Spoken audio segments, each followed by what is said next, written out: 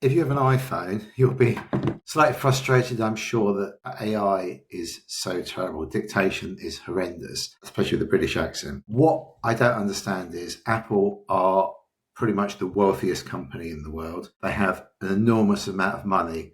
It can't be that hard to partner with OpenAI, like Microsoft have done, or one of the other providers, Google. They're already partners with them, and get AI working better. You have to ask why they haven't done it. And I think this is something that's very important for small business leaders in an age of AI, and something that you really need to think about. As a small business, you have the agility to change the business very quickly. If you're a one-person business, you can do it today. If you're a 10, it's quick. 20, and the more people you add, the more layers of complexity and bureaucracy that you add, the harder it gets. So you always have to be fighting that. And I'm sure we've all worked for big organizations where, well, I know of cases where people have sat there for a month waiting for a login so they could use a computer. You have to ask, who's sane? But big companies maybe don't care. But if you're a small business leader and you've got a company that's less than 500 people, which is generally where I work, what I'm saying to you today is don't be like Apple. Recognize the opportunity. And that doesn't mean that we need to massively do stuff now, today. Recognize the opportunity exists, understand the opportunities so you can make good, agile decisions, because you have that flexibility.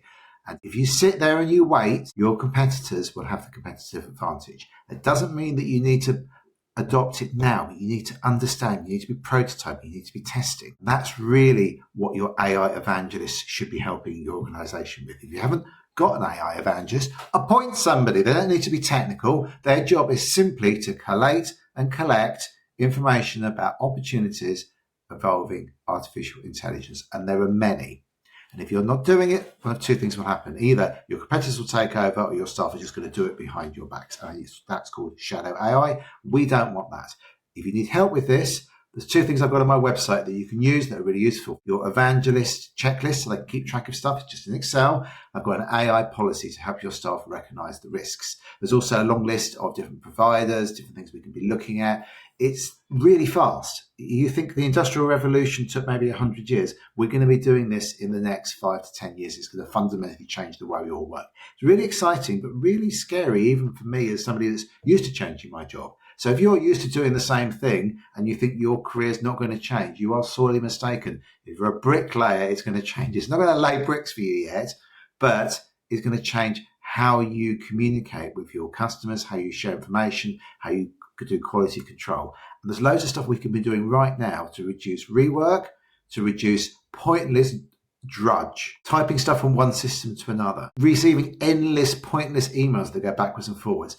A lot of this stuff, we just have to put the processes in place. So pick the thing that's wasting your time and get moving with this stuff. If you need help, I'm more than happy to have a conversation. Just book a call with me. Have a great day. If you've got any thoughts or ideas, do let me know. If you're on the platforms where you can, subscribe and like my videos. But comments are really helpful. They get more engagement and then people can see what I'm talking about. Have a great day. Speak soon.